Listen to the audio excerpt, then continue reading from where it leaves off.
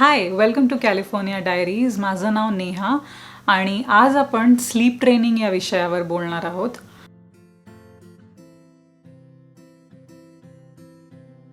Sleep ट्रेनिंगचा basic फंडा हा असतो की मूल ड्राउझी बट अवेक या अवस्थेत असताना, ड्राउझी बट अवेक म्हणजे झोपाळलेलं आहे, म्हणजे कंटाळलेलं आहे, दमलेलं आहे, पण जागा आहे, अशा अवस्थेत त्या मुलाला तुम्ही झोपायला ठेवायचं. आणि मग त्या मुलांनी स्वतः झोपलं पाहिजे. त्याला फीडिंग न देता किंवा त्याला न थोपटता, त्याला जवळ न घेता, म्हणजे आपली कुठली एक्सटर्नल मदत न देता तो स्वतःला झोपवता आला पाहिजे. प्रोव्हायडेड म्हणजे हे कधी जेव्हा बाकीच्या सगळ्या गोष्टी नीट झालेल्या असतील, राईट.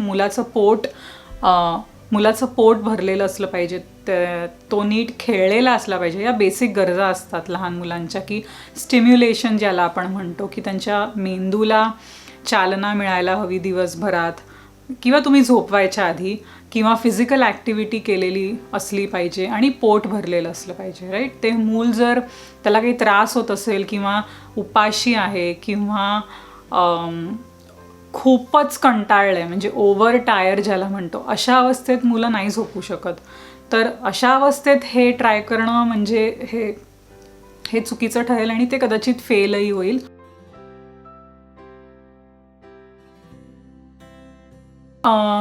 आम्ही स्लीप ट्रेनिंग करायचं का ठरवलं? सुरुवातीला जेव्हा माझी मुलगी अगदी 4-1 महिन्याची होती, तेव्हा आम्हाला असं वाटलं की स्लीप ट्रेनिंग आपण कधी पाहिलेलं नसतं केलेलं कोणी, कारण इंडियात असं काही होत नाही. आणि आपल्याला माहिती आहे की एका पॉईंट नंतर एक वय निघून गेलं की ते मूल स्वतः झोपतंच, राईट. इव्हेंच्युअली आपण सगळे एकटे झोपायला शिकतोच. तर मग ह्यात शिकवण्यासारखं काय? तर आम्ही आधी ठरवलेलं की आपण आपल्या मुलीला आपल्याबरोबरच झोपवायचं आहे, कारण आपणही लहानपणी तेच केलेलं आहे. मोठी जेव्हा होईल तेव्हा ती स्वतःच शिकेल आणि मग ती झोपेल, असं आम्ही ठरवलेलं. पण मग नंतर सगळं खूप कठीण होत गेलं, कारण तिला मध्ये जाग यायची आणि मग जाग आली की तिला एकतर मला मांडीवर घेऊन झोपवावं लागायचं कुशीत, किंवा मग दूध तर तिला लागायचंच, ब्रेस्ट फीडिंग. तर ह्या सगळ्यामुळे माझी झोप अर्धवट व्हायला लागली. आणि हे थोडे दिवस झालं तर याच्यात काही प्रॉब्लेम नाही आहे, पण हे जेव्हा रोज व्हायला लागतं आणि मग दिवस सुरू झाला की परत लहान मुलांची गडबड असतेच. तर हे सगळं जरा आम्हाला थांबायचं होतं, कारण आमची पण झोप होत नव्हती आणि तिची पण झोप होत नव्हती. अशी तुटक झोप व्हायची, त्याच्यामुळे ती फ्रेश नसायची. दुसरं म्हणजे दिवस कसा निघून जायचा कळायचं नाही. रात्री पण ती आम्ही झोपणार तेव्हाच झोपायची, कारण तिला दूध हवं झोपताना. घरातली इतर कामं पण असतात, राईट. इथे गडी माणसं मिळत नाहीत. ह्या सगळ्यामुळे आम्ही स्लीप ट्रेन करायचं ठरवलं. स्लीप ट्रेनिंग करायच्या वेगवेगळ्या पद्धती असतात, पण 3 खूप कॉमनली वापरल्या जाणाऱ्या मेथड्सबद्दल मी तुम्हाला आज पटापट सांगते. पहिली म्हणजे क्राईट आऊट मेथड, जी आम्ही फॉलो केली. क्राईट आऊट मेथड म्हणजे काय? बेसिकली मुलाला, जसं मी सांगितलं, ड्राउझी बट अवेक या अवस्थेत तुम्ही मुलाला त्याच्या झोपायच्या ठिकाणी ठेवायचं आणि तुम्ही त्या खोलीतनं निघून जायचं. आणि अज्युमिंग की ते मूल रडेल. जर ते मूल शांतपणे झोपलं तर you just succeeded at it, तुम्ही यशस्वी झालात मुलाला झोपवण्यात. पण असं होत नाही टिपिकली. तर ते मूल रडतं आणि त्या मुलाला रडू द्यायचं क्राईट आऊट मेथडमध्ये, जोपर्यंत ते झोपत नाही. हे ऐकायला थोडंसं क्रूर वाटतं आणि असतंही थोडं क्रूर, पण फॉर्च्युनेटली आमच्या केसमध्ये अहिल्या खूप रडली नाही. ह्या सगळ्याच्या पद्धती आहेत, ह्या फॉलो करण्यासाठी तुम्हाला निदान 1 आठवड्याची वेळ द्यावी लागते, कमीत कमी. म्हणजे कन्सिस्टंटली हे करत राहावं लागतं. असं नाही की बाबा मूल रडलंय तर मग आता त्याला घेऊन या आणि मग, कारण आयांच्या बाबतीत हे होऊ शकतं की आपल्याला इमोशनल वाटतं. पण जर आपण हे लक्षात ठेवलं की हे त्या मुलाच्या चांगल्यासाठी आहे, बरोबर, आणि आपल्याही चांगल्यासाठी आहे, तर ते थोडं सोपं होऊन जातं.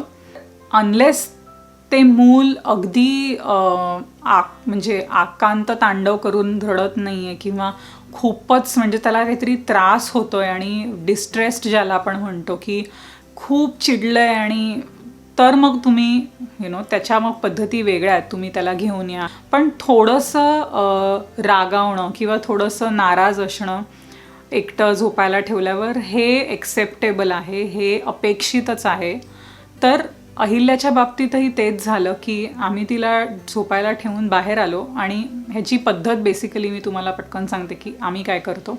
6 वाजता साधारण ती झोपते, तर तिला ते ठेवलं की मग तिला आम्ही सांगायचो की अहिल्या आता good night, it's time to sleep, आता झोपायची वेळ, आता आपण उद्या सकाळी भेटू, असं म्हणून आम्ही त्या खोलीतनं निघून जायचो. सुरुवातीचे 5 दिवस ती 20 मिनटं रडली.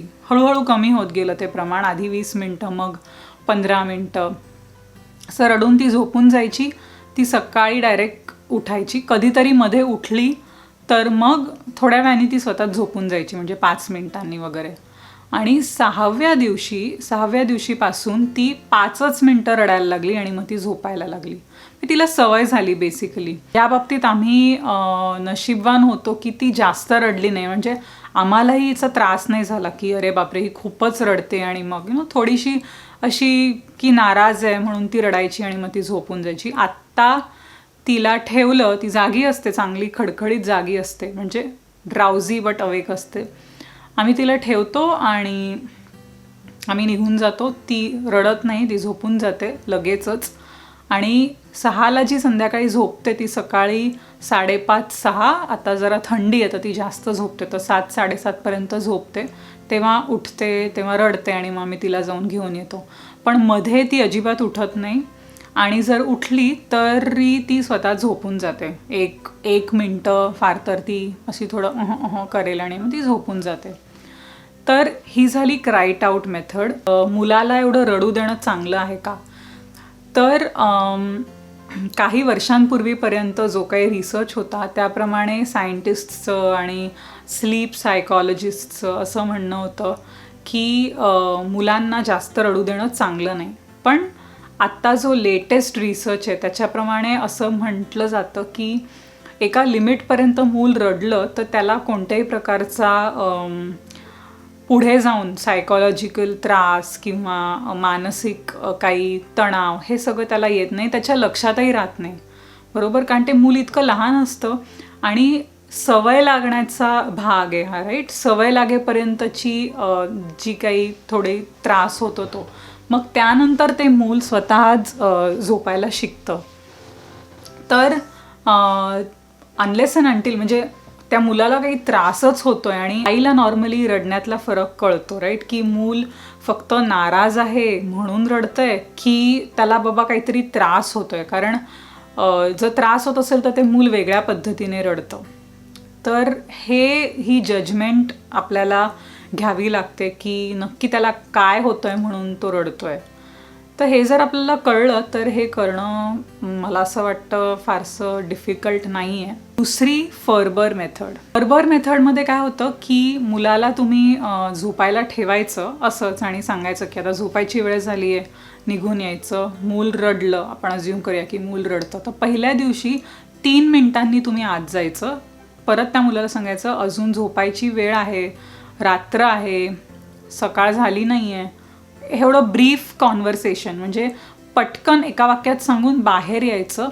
ह्या सगळ्या स्लीप ट्रेनिंगच्या सिस्टममध्ये एक लक्षात ठेवण्यासारखं असं असतं की आय कॉन्टॅक्ट नाही करायचं त्या मुलाबरोबर जेव्हा तुम्ही ठेवायला जाता तेव्हा. आता हे ऐकायला जरा ऑड वाटू शकतं की म्हणजे हे सगळं किती इमोशनल असेल. हे शेवटी त्या मुलाच्या चांगल्यासाठी असतं. हे जर आपण कायम लक्षात ठेवलं तर ह्या गोष्टी सोप्या होतात. तर परत थोड्या वेळाने रडलं की 5 मिनिटांनी आत जायचं, मग 10 मिनिटांनी, आणि असं करून इव्हेंच्युअली ते मूल झोपतं. तर ही पद्धत मी ट्राय केली नाही आहे, पण मी जे वाचले ते मी तुम्हाला सांगते. आणि मग दुसऱ्या दिवशी, आता पहिल्या दिवशी जर तुम्ही 3 मिनिटांनी गेला असाल तर दुसऱ्या दिवशी 10 मिनिटांनी जायचं, मग 20 मिनिटांनी. रडलं मूल तर हे असं करून हळूहळू तुम्ही अर्ध्या तासाने जायचं, म्हणजे आठवड्याच्या शेवटी फ्रिक्वेन्सी अर्ध्या तासापर्यंत आली आणि मग त्या मुलांना सवय होते. तिसरी पद्धत आहे चेअर मेथड. त्याच्यामध्ये काय की आता समजा इथे ती झोपली आहे तर मी खुर्ची घेऊन तिच्या जवळ बसून राहणार आणि तिला मी कुठली मदत नाही करणार, पण तिला सुरक्षित वाटावं की बाबा आई आहे इथे किंवा बाबा आहेत म्हणून बसायचं पहिल्या दिवशी तिच्या जवळ खुर्ची घेऊन. आणि मग ते मूल झोपतं. आता हे काय काय जणांसाठी वर्क करतं. आमच्यासाठी आम्ही जर खोलीत असलो तर ती नाही झोपणार, सो आम्ही बाहेर जातो. दुसऱ्या दिवशी खुर्ची थोडी लांब घ्यायची, तिसऱ्या दिवशी अजून थोडी लांब, चौथ्या दिवशी अजून थोडी लांब, असं करत शेवटी तुम्ही शेवटच्या दिवशी खुर्ची तुमची दाराकडे पाहिजे आणि मग फायनली तुम्ही खोलीत येत नाही. तर ही चेअर मेथड झाली. आता बऱ्याचदा मला असं विचारण्यात येतं की तुला गिल्टी नाही वाटत का? तर पहिल्या दिवशी वाटलेलं मला, पण त्याच्यानंतर नाही. कारण मी हे पक्क डोक्यात ठेवलेलं की ती लहान आहे, तिला कळत नाही. आणि त्याच दरम्यान मी एक आर्टिकल वाचलं जे मला खूप इंटरेस्टिंग वाटलं आणि त्याच्यात त्या सायकॉलॉजिस्टनी असं म्हटलेलं की मुलाला जेव्हा असं वाटतं की आई आपल्याला सोडून जाते किंवा मला आई हवी आहे, मला बाबांकडे झोपायचं आहे, तर ते मूल टेम्पररी विचार करत असतं, राईट? ते मूल तेवढ्यापुरता विचार करत असतं. त्याला हे नाही कळत की बाबांना सकाळी लवकर उठून कामावर जायचं आहे किंवा लहान मोठी बहीण किंवा भाऊ असेल शाळेत जाणारं, तर मी रडल्यामुळे तिची झोप होत नाही किंवा मी रडल्यामुळे आईला त्रास होतो आणि आईला आराम मिळत नाही. तर ह्या सगळ्या ज्या खऱ्या खुऱ्या प्रॅक्टिकल गोष्टी आहेत ह्या त्या मुलांना कळत नाहीत, बरोबर? पण आपलं पालक म्हणून काम आहे की आपण त्यांना हे म्हणजे त्यांना समजावं ही अपेक्षा नाही आहे, पण त्यांना अशा सवयी लावणं की जेणेकरून ते असं वागतील की ते आपल्याला आवडेल. आपण पालक म्हणून मनापासूनच मुलांचं करत असतो, राईट? पण मला असं वाटतं स्पेशली आईला थोडंसं दिवस संपत आला की थोडंसं असं इरिटेट होतंच, थोडासा राग येतो, थोडंसं असं वाटतं की मला माझ्यासाठी वेळ नाही आहे, जे काय. आणि मला असं वाटतं की हे प्रत्येकाच्या बाबतीत होतं, फक्त आपण ते बोलत नाही, कारण ते बोललेलं आपल्याकडे तेवढं एक्सेप्टही केलं जात नाही किंवा हे ग्रांटेड घेतलं जातं. हे असंच आहे, आई आहे किंवा मूल लहान आहे तर हे असंच होतं. म्हणजे मी तर सुरुवातीला अशाच विचारांची होती की नाही, हे असंच असणार आहे, आता ही अशीच रडणार आहे, आमची झोप अशीच अपूर्ण राहणार आहे. पण हे असं असलंच पाहिजे असं काही नाही, हे मला ह्या स्लीप ट्रेनिंग नंतर कळलं. मला नक्की कळवा की तुम्हाला आजचा हा व्हिडिओ कसा वाटला आणि अजून असं काय आहे जे तुम्हाला ऐकायला आवडेल किंवा बघायला आवडेल. आणि हा व्हिडिओ बनवण्याचं कारण एवढंच होतं की मी जो एक्सपिरियन्स घेतला किंवा मला जी माहिती मिळाली आणि मी जे ट्राय केलं वर्कड फॉर मी. म्हणजे माझ्यासाठी ते खूप चांगली गोष्ट झाली स्लीप ट्रेनिंग. मला त्याच्याने वेळ मिळायला लागला. म्हणजे आता अहिल्या 6ला झोपली की त्याच्यानंतर आम्ही जेवतो आणि मग एखादं पुस्तक वाचणं किंवा जे काही घरात राहून करण्यासारखी कामं आहेत, बाहेर नाही जात आहेत, पण तेच एखाद्या माणसाला बाहेर जाता येतं. म्हणजे फॉर एक्झाम्पल मी नोकरी करत नाही, मी घरी असते, तर दिवसभर मला तिच्यामुळे बाहेर जाता येत नाही. पण संध्याकाळ झाली की मग माझा नवरा घरी असतो आणि मग मी थोडंसं बाहेर जाऊन येऊ शकते, जे काय ग्रोसरी शॉपिंग म्हणा किंवा मला कुणाला भेटायचं आहे तर हे सगळं मी त्यावेळेत करू शकते. एकंदर मला असं वाटतं आमच्यासाठी तर हा असा लाईफ चेंजिंग एक्सपिरियन्स होता. तर म्हणून मला सगळ्यांबरोबर शेअर करायचं होतं. आणि जर तुम्हाला जमलं, तुम्हाला शक्य झालं, तर पटलं तर तुम्ही ट्राय करून बघा आणि मला कळवा कसं वाटतंय. तुम्हाला जर स्लीप ट्रेनिंगबद्दल उत्सुकता असेल आणि अधिक माहिती जाणून घ्यायची इच्छा असेल तर मी डिस्क्रिप्शनमध्ये डिटेल्ड आर्टिकल्स लिंक करीन, तर ते तुम्हाला वाचता येतील. That's it. परत भेटू आपण पुढच्या व्हिडिओमध्ये. Take care. बाय.